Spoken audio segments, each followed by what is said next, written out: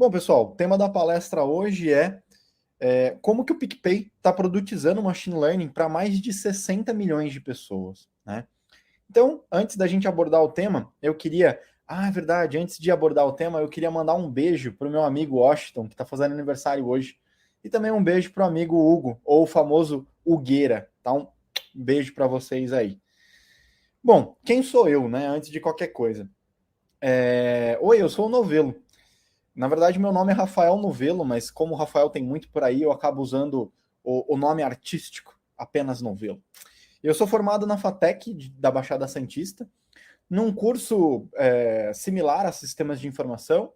Eu fiz uma pós-graduação em engenharia de software na PUC de São Paulo. Hoje eu estou estudando neurociência e comportamento, porque eu migrei para o lado negro da força e hoje estou trabalhando com pessoas e gestão de pessoas. Brincadeira, tá, gente? Adoro a minha equipe, inclusive. Eu tenho aí já uns 15 anos na área de TI, e como o pessoal comentou antes, uma das coisas mais legais que eu fiz foi trabalhar diretamente com open source. Sim, as pessoas pagavam o meu salário para eu trabalhar com open source. E foi numa dessa que eu tive no TDC, palestrando no TDC, deve ter sido o TDC 2018, que eu conheci, tive o prazer de conhecer o Renan. Na época ele estava na Globo, a gente trocou uma ideia super legal a respeito de machine learning. Tá? Mas enfim, hoje eu trabalho como gestor de pessoas no PicPay, tem um pouco menos de um ano e meio que eu estou na empresa, e hoje eu vou contar para vocês um pouco sobre como é o desafio de machine learning no PicPay, tá bom?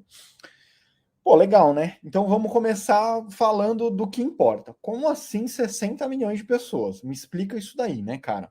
O que é PicPay? Da onde veio? De onde surgiu? Pessoal, eu trouxe para vocês aqui alguns dados. São os últimos dados, são os dados mais recentes publicados que a gente tem, tá? São dados aí do final do ano passado, mas que mostram de maneira muito expressiva o crescimento que o PicPay teve no curto período de um ano. Então, no terceiro trimestre de 2020, a gente estava ali com uma base de usuários de aproximadamente 32, 33 milhões de pessoas.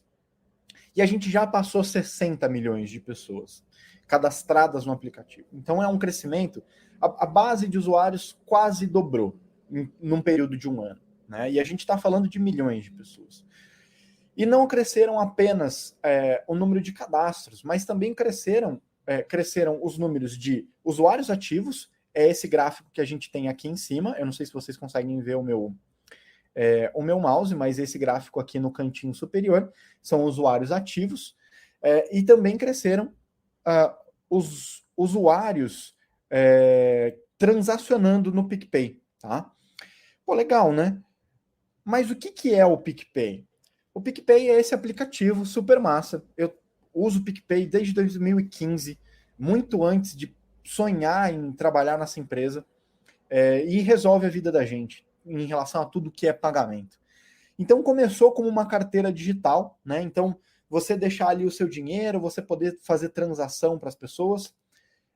Imagina 2015, a gente nem sonhava com Pix, a gente tinha os bancos digitais começando ainda no mercado nacional. Eu lembro de pagar R$ 15 para fazer um TED nessa época. R$ 15, a impressão que dá é que eu estou pagando um motoboy para levar o dinheiro de um lado para o outro, né? É um absurdo. E aí o PicPay surgiu com o objetivo de simplificar essas coisas. Então a gente começou com uma carteira digital, permitindo microtransações e coisas nesse sentido. Pouco depois veio a Store, que é basicamente um shopping center dentro do aplicativo. Você consegue comprar de tudo lá dentro. Você compra o que a gente chama de digital goods. Eu lembro que na época, lá em 2015, eu usava muito para carregar o meu vale transporte. Salvava a minha vida, assim. Mas tem e-commerce, tem questões de transporte, tem educação, tem serviços públicos, comida, bebida, tem de tudo dentro da Store. A gente tem agora o marketplace financeiro, que é toda uma área do aplicativo voltado para serviços financeiros. Então, hoje o PicPay, por exemplo, tem o seu próprio cartão de crédito. O PicPay permite que você pegue empréstimo dentro do aplicativo. O PicPay permite que a gente faça empréstimo peer-to-peer, que é, por exemplo, eu emprestar um dinheiro para o Renan ou para o Munaro. É mais fácil o Munaro pedir dinheiro emprestado do que o Renan. A gente pode, por exemplo, contratar seguro de vida dentro do aplicativo, a gente consegue fazer investimento, enfim, uma série de serviços financeiros aí dentro do aplicativo. E tem toda a parte social, o nosso feed, o nosso perfil, a possibilidade de mandar mensagem diretamente pelo aplicativo. Recentemente a gente teve aí o WhatsApp permitindo troca de dinheiro. PicPay já pensa nisso há muito tempo. Então a gente já tem mensagens diretas, a diferença é que a gente começou pela parte de pagamento, né? Então, assim, são vários produtos, a gente tem muita coisa nova acontecendo na empresa e o aplicativo cresceu muito em funcionalidade também nesses últimos anos. Ao ponto que a gente chega nesse patamar que a gente tem aqui hoje. A gente está falando de mais de 60 milhões de pessoas usando esse aplicativo. A gente movimenta quase 7 bilhões de reais por mês no aplicativo. A gente tem mais de 5 milhões de estabelecimentos comerciais dentro desse aplicativo, cadastrados nesse aplicativo, para você fazer o seu pagamento via PicPay. E a gente conta hoje com mais de 3.600 colaboradores construindo esse universo de mercado financeiro, de funcionalidade e de simplicidade na nossa vida. Tudo isso, né, todo esse crescimento de base de usuário, de funcionalidade, de transação, levou a um crescimento absurdo em termos de dados, tá? Eu trouxe aqui um gráfico comparativo para vocês. A gente está falando em terabytes, tá? Terabytes movimentados, processados mensalmente. Em julho de 2020, a gente processava cerca de 10 terabytes. Em julho de 2021, a gente pulou para 68 terabytes processados. Quando a gente olha para esse mesmo recorte, só que agora olhando para dezembro, em dezembro de 2020 eram 18 terabytes. Em dezembro de 2021, são mais de 220 terabytes de dados processados. O buraco é muito embaixo aqui dentro. Então, é esse o contexto que eu queria trazer para vocês, o nível de dificuldade. Quando a gente fala de machine learning no PicPay, a gente está falando de modelos que são treinados e que rodam para milhões e milhões de linhas. A gente trabalha com datasets muito, muito grandes. A gente já não consegue mais usar pandas, por exemplo, porque simplesmente a gente não consegue fazer escalar, tá bom? Legal. Então, feito esse contexto, né, dado esse cenário de Big Data dentro da empresa, vamos falar um pouco agora da arquitetura. Eu trouxe esse desenho aqui, queria agradecer ao meu querido Dubas, que foi a pessoa que elaborou esse esquema, que ajuda muito a explicar como é que funciona a arquitetura e a plataforma que a gente tem hoje no PicPay. Então, fica aí o meu abraço também para o Dubas. Tudo começa nessa ponta aqui, né? Onde a gente tem o cientista de dados fazendo as suas experimentações, treinando seus modelos dentro do ambiente do Databricks, tá? Então, a gente usa muito o Databricks também como plataforma de desenvolvimento, de experimentação e de desenvolvimento para o cientista de dados. Uma vez que o cientista ele está feliz com o resultado, né? Ele quer entregar o trabalho dele, ele gera um arquivo Python com o código do modelo dele. Então ele extrai esse código do Databricks ou faz uso de alguma integração entre Databricks e GitHub, mas a questão é que ele envia para o GitHub o código do modelo dele junto de um arquivo de configuração no formato YAML, tá? Dentro desse arquivo de configuração existe toda a descrição do projeto dele.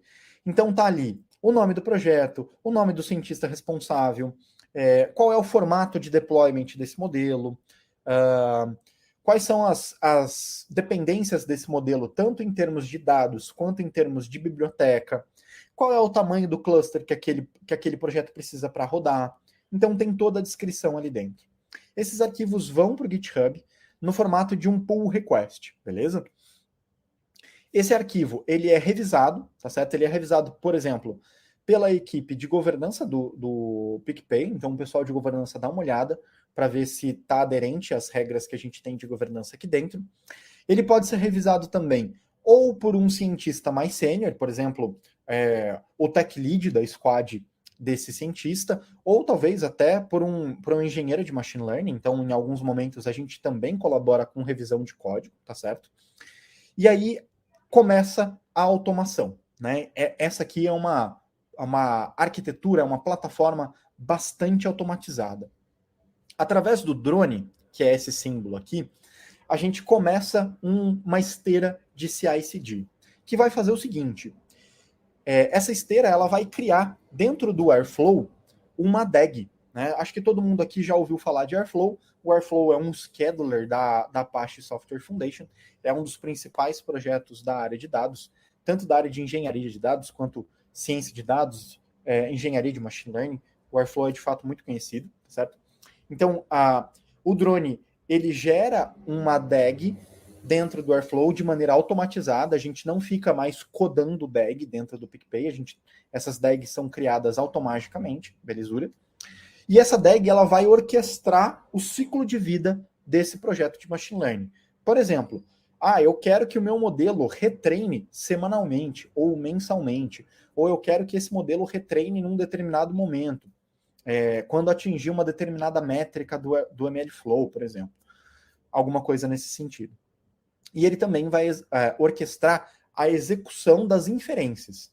Então, diariamente, ou talvez em um intervalo de tempo menor, ou em um intervalo de tempo maior, a gente tem modelos que fazem inferência uma vez por mês, uma vez por semana, uma vez por dia, em períodos de tempo menor do que um dia. Então, o Airflow vai orquestrar todo esse ciclo de vida. Se houver alguma coisa, se alguma coisa travar, se a gente tiver qualquer problema, o próprio Airflow manda um aviso aqui para o Slack. O Slack é a ferramenta que a gente usa, a ferramenta de comunicação que a gente usa aqui no PicPay. E o Airflow, ele está aqui nessa arquitetura apenas como um orquestrador. Ele não executa o código, né? Quem executa o código de verdade é o Databricks. Então, o Databricks ele faz toda a gestão, por exemplo, de cluster Spark para a gente. E o código é executado de verdade dentro do contexto do Databricks. Isso nos ajuda, por exemplo, a registrar as métricas, a fazer todo o acompanhamento das métricas do modelo usando o MLflow, beleza? MLflow também é um projeto muito conhecido do pessoal de ciência de dados, engenharia de machine learning, para fazer gestão de ciclo de vida de projetos de machine learning. Belezura? Então, legal, né? O Airflow, ele schedulou, ele levantou um cluster Databricks, ou então ele fez uso de um cluster que já estava em pé, ou de um pool de clusters. A gente tem vários cenários aqui dentro do PicPay. Esse código executou, né, o modelo executou com os novos dados que a gente tem no nosso Data Lake. E aí a gente gera as inferências. Dentro do arquivo de configuração, lembra que eu falei que a gente consegue especificar o tipo de deployment que a gente quer? Ou a gente tem algumas opções de deployment, por exemplo. É possível fazer um deployment totalmente batch. Esse é um formato muito usado, por exemplo, em modelos de machine learning que alimentam dashboards, que alimentam algum tipo de acompanhamento. Por exemplo, a gente quer ter uma previsão de churn do aplicativo. A gente não vai tomar nenhum tipo de ação com base nessa informação, a gente só quer fazer uma projeção para alimentar um relatório. Então a gente faz um deploy 100% batch. Esses dados vão para o S3, para o nosso Data Lake, e vão alimentar algum relatório. Não, eu quero uma integração com o aplicativo. Eu preciso que esse modelo interaja com o aplicativo, impacte o aplicativo de alguma maneira. A gente tem algumas opções. Esses dados eles podem ser enviados para o Kafka, né, para o sistema de mensageria Kafka. É muito conhecido também do pessoal de Big Data, mais conhecido do pessoal de engenharia de software do que o pessoal de ciência de dados, mas é uma forma da gente integrar esse back-end do universo de dados da plataforma de machine learning com, por exemplo, um microserviço, com alguns microserviços que respondem o aplicativo, né? Que vão ali interagir com o aplicativo. É uma forma de integração, tá bom? Uma outra forma de integração é o que a gente chama de batch online, onde a gente envia esses dados para um banco de dados quente, no caso aqui MongoDB, e esses dados eles vão estar disponíveis para o aplicativo via HTTP, tá? Então eles conseguem enviar esses dados para o MongoDB e o microserviço, né, o back-end do aplicativo, consegue consultar esses dados via protocolo HTTP. E aí eu já vou explicar um pouquinho melhor sobre como é que funciona esse formato de deployment. Então, o que eu queria mostrar para vocês é um esquema simples, tá? Que mostra quais são os componentes que a gente está usando nesse momento e principalmente mostrar que para o PicPay, na escala que o PicPay está, a gente não consegue abordar machine learning de maneira operacional. Então, muito se fala, por exemplo, sobre MLOps, operação em machine learning. A gente não consegue. A gente não tem braço suficiente para colocar todos os modelos de machine learning de maneira artesanal em produção. A gente precisa automatizar esse fluxo, tá? Então por isso hoje a gente tem falado tanto sobre plataformização, criar uma plataforma que permita ao cientista de dados se autosservir e ele mesmo, sem ajuda de ninguém, com independência, com autonomia, possa colocar o seu trabalho em produção sem ficar dependendo muito de outras equipes. Esse é o nosso objetivo dentro do PicPay. Então, aqui para a gente, né, fazer uma visão rápida de prós e contras dessa arquitetura, vamos dizer assim. Eu sei que isso daqui não é exatamente um diagrama de arquitetura, tá? Tá muito mais para um esquema, mas ajuda a gente a entender como as coisas funcionam. Prós. CI/CD automatizado, né? Então é o que eu falei para vocês. A DAG do Airflow é criada automaticamente. A PR já dispara uma série de ações no drone, que já gera essa DAG de maneira automática, que já cria o scheduler de maneira automática. Os dados são enviados, seja para o Kafka, seja para o MongoDB, de maneira automatizada. A gente não precisa ficar recodando esses componentes de software, tá bom? É extremamente escalável, e aí eu vou mostrar para vocês um case de como essa arquitetura escalou para um case específico, tá certo? A gente tem uma integração relativamente simples e flexível com o aplicativo, então a gente pode integrar com o aplicativo via mensageria, usando Kafka, a gente pode integrar com o aplicativo via protocolo HTTP, com o batch online, e assim por diante, tá? E a gente usa componentes que são conhecidos, tá bom? E a gente usa componentes que são conhecidos da nossa stack. Airflow, Databricks, GitHub, Drone, MongoDB, Kafka, assim por diante. Quais são os contras? É uma arquitetura que ela não atende muito bem streaming e online. A gente até chegou a fazer alguns experimentos, a gente chegou a ter algumas provas de conceito, por exemplo, em streaming, mas a gente percebeu que a gente precisava ir um pouquinho além. É muito acoplado nos componentes e nas plataformas. Por exemplo, hoje a gente tem um acoplamento relativamente grande com o Airflow, a gente tem um acoplamento relativamente grande com o GitHub.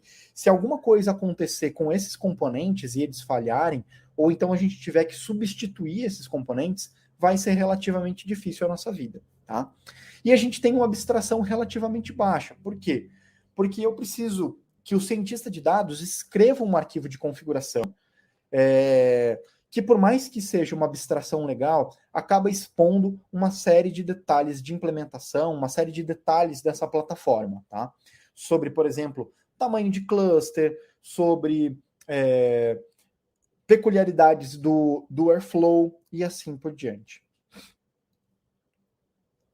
Aqui eu quero mostrar para vocês um gráfico de throughput do nosso serviço Batch Online. Então, quando a gente fala, por exemplo, de fazer deployment no MongoDB, o que a gente tem na frente desse MongoDB, é um microserviço que a gente chama de Midgard, tá? Esse microserviço é um único microserviço que ele mapeia para todas as collections do MongoDB. Então é outra coisa, é mais um aspecto dessa solução que nos permite ganhar em automação. Uma vez que os dados estão no MongoDB, eu não preciso me preocupar em fazer um deployment ou uma nova instância de Midgar, por exemplo. O mesmo Midgar, o mesmo microserviço, ele consegue atender requests de vários projetos. É um único microserviço que, com base na URL, mapeia para uma collection do MongoDB. Tá bom? Se houver alguma dúvida ou se vocês quiserem mais detalhes sobre isso, podem fazer perguntas aí no chat e eu tento responder no final da apresentação. Mas o que eu queria trazer para vocês é o componente escalável dessa plataforma. Aqui no dia 14 de fevereiro, que foi há 3 dias atrás, a gente teve, por exemplo, um pico de 60 mil requests por minuto. A gente está falando de RPM. Então, a gente está falando numa conta de padeiro bem simples aqui, de uma arquitetura que responde a 1000 requests por segundo. E aqui é um gráfico total, eu não estou pegando de um único projeto, não. Então, na soma dos projetos, a gente chega a ter, com tranquilidade, 1000 requests por segundo dentro desse microserviço chamado Midgar, que é a nossa solução de batch online. Tá bom? Aqui eu vou trazer para vocês um pouquinho mais de informação sobre o nosso Midgar, sobre a nossa solução de batch online. A gente fez alguns testes de performance para Black Friday do ano passado. E a gente percebeu, eu até destaquei aqui para vocês, em verdinho, que nós chegamos no patamar de 400 mil requests por minuto. 400 mil requests por minuto, com uma latência inferior a 10 milissegundos. Então, o que eu estou dizendo para você é que eu consigo responder a 400 mil requests por minuto sem perder em latência. Com o P99, o percentil 99 desse microserviço fica abaixo dos 10 milissegundos. E a taxa de erro também não apresentou grande variação, ficando entre 1,5% e 2,5%, que é o que a gente costuma ver dentro desse aplicativo mesmo, tá bom? Dentro desse microserviço. Então a gente está falando aqui de uma plataforma que realmente consegue escalar com uma certa com uma certa qualidade. E aí eu quero mostrar para vocês, né? A gente está aqui falando de dados genéricos, eu queria trazer isso um pouquinho mais para o concreto, para algo prático, para algo tangível, vamos dizer assim. E aí eu resolvi trazer um case de sucesso para nós, tanto da área de ciência de dados do PicPay, quanto da plataforma de Machine Learning, que é os sugestões no aplicativo. Vamos lá. Os sugestões, eu também destaquei aqui, eu tirei um print do meu aplicativo para mostrar para vocês o que é o sugestões. Ele está destacado aqui em verdinho, tá, né, no pontilhado verdinho. É esse carrossel chamado sugestões para você. É um carrossel com vários itens que ele otimiza a sua experiência, tá? Então, o aplicativo, o que o modelo de machine learning faz por trás dos panos, né, por baixo do capô, é olhar para o que você mais usa no aplicativo, trazer isso de maneira mais simplificada para você e, com base no que você costuma usar no aplicativo, sugerir algumas coisas também. Por exemplo, eu tenho aqui, né, o Pets. Eu tenho 2 gatinhos e eu acabo usando muita coisa, acabo comprando muita coisa no Pets, então, e com certeza pago lá na Pets usando o meu PicPay, então ele acaba trazendo bastante para mim a sugestão do Pets como forma de pagamento, como um atalho para pagamento. Eu também uso muito Pix no meu PicPay para transferir, né, valores para lá e para cá, para pagar algum amigo, enfim, pagar microtransações, né? A gente acaba usando muito Pix. Então ele também traz para mim de maneira bastante simplificada. E como é que foi o Sugestões? Como é que o Sugestões está por baixo dos panos? O Sugestões foi um modelo de machine learning desenvolvido pela equipe, e ele fez esse caminho que eu estou mostrando aqui na seta verde para vocês. Ele foi um desses projetos que optou pelo formato de deployment batch online. Então, toda vez que o modelo de machine learning dos Sugestões roda no nosso Airflow, no nosso cluster Databricks, ele gera dados que vai para o MongoDB e vai ser disponibilizado via Midgar para o aplicativo. O que eu quero dizer para vocês aqui é o seguinte: toda vez que vocês abrem um aplicativo, tem inteligência artificial rolando. E tem inteligência artificial rolando passando pela plataforma de machine learning. Então, a cada page view, a cada visualização da interface do PicPay, carrega ali. É óbvio que a gente usa algumas técnicas de cache, né? Então, não existe um request para toda vez que a gente abre o aplicativo. É uma boa prática de engenharia de software usar estratégias de cache, tanto do aplicativo quanto do microserviço, mas sempre que você está abrindo o seu aplicativo, está rolando ali um carrossel que ele foi otimizado para você usando um modelo de machine learning e que foi disponibilizado via plataforma de machine learning, tá bom? Usando essa arquitetura que eu mostrei para vocês de modelo que é agendado no Airflow, ele está schedulado no Airflow, roda num cluster de Databricks, esses dados de inferência são enviados para o MongoDB e são consumidos pelo aplicativo via HTTP, via Midgar, tá bom? Então é esse o formato que eu quero mostrar para vocês. E os sugestões, uma das coisas legais que nos dá muito orgulho, vou tomar um gole d'água. Uma das coisas que nos dá muito orgulho do projeto dos Sugestões é que ele se tornou tão relevante dentro do aplicativo que ele chegou a ser responsável por mais de 50% das conversões no aplicativo. O que eu estou dizendo para vocês é o seguinte: 50% das transações que são efetivadas no aplicativo começam no Sugestões. Esse é o tamanho do impacto que a gente tem, que o projeto de machine learning tem, que a plataforma de machine learning tem, que o projeto de recomendações tem dentro do aplicativo. Assim, é uma parada que me deixa muito orgulhoso, deixa a equipe muito orgulhosa, e a gente fica muito feliz de ver o nosso trabalho refletindo em resultado de maneira prática na vida das pessoas, né? Legal, né? Então, falamos um pouco de PicPay, falamos um pouco de arquitetura, de como as coisas funcionam hoje, falamos de um case simples aí, de como é que funcionam as sugestões, mas legal, Rafael. O que tem pela frente? O que vocês estão planejando? Me conta o seu plano maligno para dominar o mundo. Legal, vou compartilhar um pouco com vocês. A gente começou, em 2021, a bolar, né, a construir, a idealizar essa plataforma chamada OWL, que vem de Operate, Watch and Learn. Tá? Seria um conjunto de ferramentas interconectadas, né, que formam em conjunto uma plataforma com o objetivo de juntar o que a gente tem de melhor na nossa arquitetura atual, que é super escalável, que é super flexível, que entrega uma autonomia super legal para o cientista de dados, e atacar, ao mesmo tempo, alguns gaps que a gente vinha percebendo. Então eu trouxe para vocês aqui um esquema que exemplifica um pouco alguns componentes que a gente idealizou nessa nova plataforma, que é a Oakley, que seria um cliente de linha de comando com o objetivo de automatizar algumas etapas do processo de desenvolvimento. Nosso objetivo no PicPay é criar uma plataforma de machine learning que vá desde o momento inicial do projeto. Então, o cientista de dados sentou, vou começar um projeto novo, vou começar um novo modelo. Ele já começa com a Oakley. Por exemplo, dando um Start Project.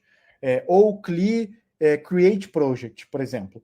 E aí, esse cliente de linha de comando vai lá, cria um repositório no GitHub para ele, baixa esse repositório na máquina dele, faz a configuração do CI/CD, já faz a instalação das bibliotecas padrão, já arruma a casa para o cara. Pô, eu quero colocar esse projeto em produção. Oakley deploy ambiente de QA, por exemplo. Já sobe um novo cluster, um novo ambiente de QA para esse cientista poder testar o seu aplicativo, o seu modelo de machine learning. com ou sem integração com o aplicativo, tanto faz, mas um cliente de linha de comando que automatize coisas no dia a dia do cientista de dados. E um outro componente é a OLib, que vai reunir todas as funcionalidades programáveis.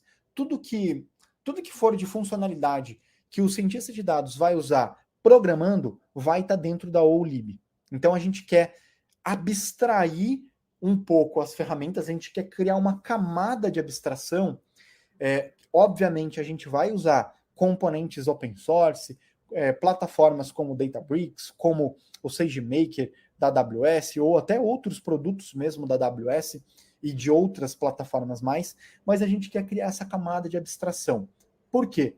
Porque a gente quer tornar a vida do cientista mais fácil e a gente quer permitir que a gente quer desacoplar a vida do cientista de um componente específico. Então, se amanhã ou depois, sei lá, surgir a ideia de, vamos sair da AWS, vamos usar Google Cloud agora. Legal, a vida do cientista de dados continua a mesma. Ele vai continuar usando o OCLI, ele vai continuar usando o OLib, sem mudar a sua experiência. A gente vai mudar o motor sem mudar a interface. Basicamente isso. Aqui eu trouxe para vocês um pouquinho sobre uma das primeiras entregas que a gente teve dessa nova plataforma, que foi o componente de monitoração dentro da OLib. Tá? Uma das dores que a gente percebeu dentro do PicPay é a falta de monitoramento dos modelos de machine learning. Pô, Rafael, mas que tipo de monitoramento? Todo tipo de monitoramento. Desde o monitoramento dos dados, por exemplo, como é que eu sei que não está rolando um data drift? Como é que eu sei que não está rolando um concept drift? Como que eu sei que meu modelo continua relevante para o business, para o negócio? Então a gente tinha necessidade desse tipo de monitoramento, mas também monitoramento, por exemplo, de a plataforma está em pé, o meu modelo está em pé, ele está funcionando, como é que está o dia a dia do meu modelo de machine learning? Então a gente entregou esse componente de monitoramento voltado para Big Data. Lembra lá dos números que eu contei para vocês sobre o PicPay, mais de 60 milhões de usuários, vários produtos, milhões e milhões de reais sendo transacionados diariamente. Então a gente realmente precisava de alguma coisa que funcionasse em Big Data. Então aqui eu trouxe para vocês, por exemplo, um print da documentação que é gerada automaticamente usando Sphinx, por exemplo. Sphinx é muito conhecido na área de engenharia de software, né? Então a gente tem a nossa documentação sendo gerada automaticamente, e eu também tenho um trechinho de código aqui mostrando para vocês o quão simples é usar a OLib, né? Nossa, Rafael, mas que confuso esse código, o que está acontecendo? Eu não estou entendendo nada, parece que tem um monte de coisa aí dentro. Aqui, nesse único comando, a gente está fazendo muita coisa. A gente está criando um perfil de monitoramento, de cálculo de métricas para um determinado data frame, para determinadas colunas desse data frame, e a gente está calculando contagem de linhas, contagem de duplicados, contagem de valores vazios, contagem de nulos, valor máximo, valor mínimo, média, mediana, moda, percentil, desvio padrão que está ali embaixo. Então a gente está calculando uma série de coisas ao mesmo tempo. Tá? Olha, pensa, você, cientista de dados, pensa em você calcular, criar código Spark para cada uma dessas coisas. Olha o tempo que você está ganhando, usando simplesmente uma classe da OLib. E aí a gente tem como métrica, né, como indicador de performance, um perfil básico da nossa tabela de transações roda em 18 minutos. Essa tabela de transações tem, por baixo, mais de 600 milhões de linhas. São 600 milhões de linhas, centenas de colunas, tá certo? A gente está calculando 8 métricas para esse mundaréu de dados, e tudo isso roda em 18 minutos, num cluster que não tem nada demais. Não é um super mega cluster da NASA. Não, é um cluster padrão médio, tá tá bom? Então, esse é o nível de performance que a gente está entregando para o nosso cientista de dados. E a gente tem aqui como métrica de qualidade de software, né? Quando a gente está entregando esse tipo de ferramenta, a gente entende que a gente vai impactar diretamente no dia a dia do cientista de dados. Então, é muito importante que não quebre, né? Então, a gente tem, por exemplo, 97% de cobertura de testes automatizados dentro da OLib, hoje, na nossa stack, tá bom? A gente está desenvolvendo o nosso próprio Feature Store, tá certo? Feature Store é um assunto que está super no hype. Várias empresas estão fazendo o seu próprio Feature Store. A gente preferiu esse caminho de desenvolver a nossa própria solução para a gente poder, primeiro, priorizar no que realmente era mais importante de maneira estratégica para o PicPay. E porque a gente entendia que, sem demagogia, sem falsa modéstia, a gente entendia que a gente conseguia criar algo mais interessante em termos de qualidade de software e em termos de experiência de uso para o nosso usuário, desenvolvendo internamente. A gente fez várias provas de conceito com várias ferramentas, tanto open source quanto ferramentas pagas, e a gente chegou à conclusão que valia a pena desenvolver a nossa própria ferramenta. Tá? Feature Store, para quem não sabe, é um componente da plataforma que tem como objetivo otimizar a etapa de pré-processamento dos dados, tá? E hoje a gente já tem na nossa versão beta os componentes de storage, serving e registry já em etapa de teste, de beta teste dentro de alguns projetos dentro do PicPay. Então é mais um motivo de orgulho aí da nossa equipe, tá bom? E aí, por último, a novidade mais legal saiu quentíssimo. Eu assisti essa apresentação da minha equipe na semana passada, na quarta-feira da semana passada. Então, para mim também é novidade. Estou trazendo aqui o que tem de mais recente na nossa plataforma, que é a opção de serving online, tá certo? O que a gente fez aqui?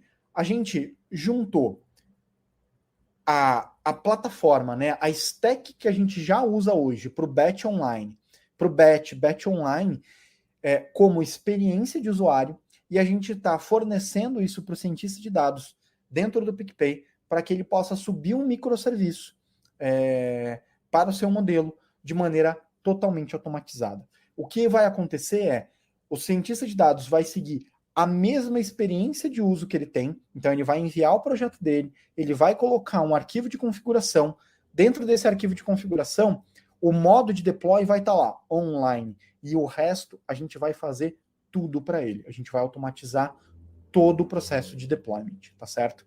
Eu nem vou entrar muito no detalhe aqui dentro, porque confesso para vocês que é super novidade para mim também, mas se vocês quiserem, façam perguntas aí e eu vou responder da melhor maneira possível.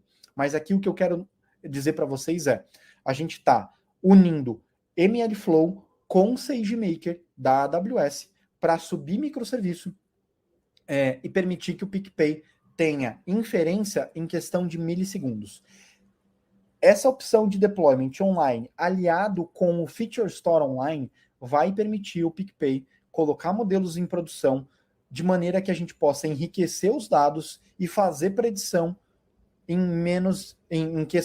escala de milissegundos, tá? Para quem já trabalha com machine learning, sabe que colocar um modelo em produção nem é o mais difícil, sendo muito sincero com vocês, sendo muito transparente. Colocar um modelo atrás de um microserviço, atrás de um endpoint, é relativamente simples hoje. O problema está em enriquecer os dados. Como é que eu faço para o meu modelo que está atrás de um microserviço rodando ali no ciclo de request response, como é que eu faço para esse cara enriquecer com dados do Data Lake? Aí é onde está realmente o problema, tá? E aí eu queria mostrar para vocês quem é, de fato, os responsáveis por tudo isso que a gente está fazendo. Queria agradecer demais a toda a equipe. Eu tenho um puta orgulho de trabalhar com essa galera. São pessoas incríveis. E são essas pessoas que estão, de fato, construindo tudo que está acontecendo. Eu sou só um porta-voz. Eu sou só um facilitador do dia a dia deles. Mas quem realmente faz as coisas acontecer são essas pessoas aqui. Eu gostaria de chamar a atenção para o nosso queridíssimo Jojo, que foi com muita habilidade inserido digitalmente nessa foto. Com certeza, quase ninguém percebeu, vocês só devem estar percebendo porque eu estou falando, mas eu usei todas as minhas skills de Photoshop para inserir o Jojo, que não pôde estar presente nessa reunião porque estava de campo. Então, queria deixar aqui meu obrigado para essa equipe maravilhosa. Queria dizer que tenho um orgulho enorme de trabalhar com vocês todos os dias, tá bom? Pessoal, temos vagas. Quem quiser, escaneia aí esse QR Code, ou então só entra lá, picpay.gup.io. Tem vaga na equipe de Machine Learning. É só procurar lá Machine Learning, que vai ter lá as vagas publicadas. Mas tem vaga para todas as áreas do PicPay. Quero trabalhar como engenheiro de software, tem vaga. Quero trabalhar com banco de dados, infraestrutura, tem vaga. Quero trabalhar com cientista de dados, tem vaga. Quero trabalhar no business, sou PM, por exemplo, sou agilista, tem vaga. Tem vaga em todas as áreas praticamente. Então, escaneia aí esse QR Code ou então acessa lá o nosso site de vagas de oportunidades, picpay.gup.io, e se inscreve, que a gente está com um monte de oportunidade aqui para vocês, tá bom? Pessoal, é isso. Muito obrigado.